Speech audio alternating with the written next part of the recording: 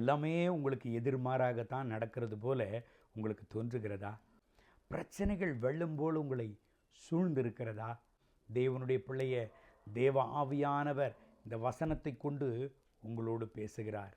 ஏசாயா தீர்க்கதரிசன புஸ்தகம் 59ஆம் அதிகாரம் 19வது வசனம்.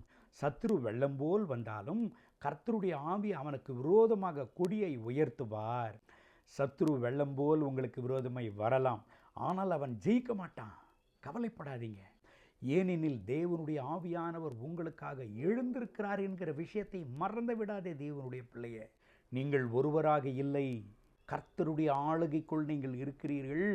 ஆவியானவர் உங்களோடு கூட இருக்கிறார் என்கிற விஷயத்தை மறந்து விடாதீர்கள். உங்கள் நம்பிக்கையை இழந்து விடாதீர்கள். தைரியமாக இருங்கள், சந்தோஷமாக இருங்கள்.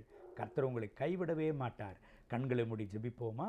அன்பின் ஆண்டவரே, இந்த காலவேளையில் என்னோடு சேர்ந்து ஜெபித்து கொண்டிருக்கிறேன் அன்பு தேவனுடைய பிள்ளைகளுக்காக ஜெபிக்கிறேன். இவர்களை ஆசீர்வதிங்க. இவர்கள் பயங்களை அப்புறப்படுத்தும், இவர்கள் திகில்களை அப்புறப்படுத்தும், இவர்கள் தோல்விகளை ஜெயமாக மாற்றும். இவர்களுக்கு விரோதமாய் போராடுகிற, இவர்களுக்கு விரோதமாய் உருவாக்கப்படுகிற எந்த ஆயுதமும் வாய்க்காதே போகட்டும். கர்த்தருடைய மனதுருக்கத்தினால் இவர்களை நிரப்பி நடத்தும். உம்முடைய சந்தோஷ சமாதானத்தினால் இவர்களை நிரப்பி அருளும். ஆசீர்வதியும் பலப்படுத்தும். இயேசுவின் நாமத்தில் பிதாவே, ஆமென், ஆமென்.